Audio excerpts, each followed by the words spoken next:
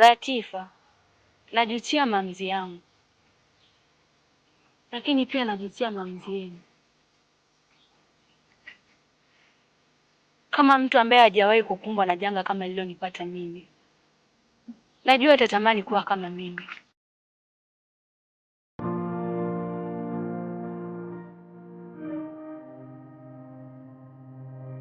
Rausa, nililijua hili mapema.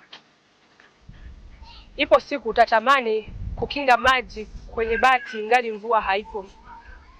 Kwa nini unatamani kula nyama ingali hauna meno? Nilikuonya tangu mwanzo, lakini hukuweza kunielewa. Sasa ni kibogoyo, unatamani kula nyama. Je, utafanyaje? Kumbuka sisi ni binadamu.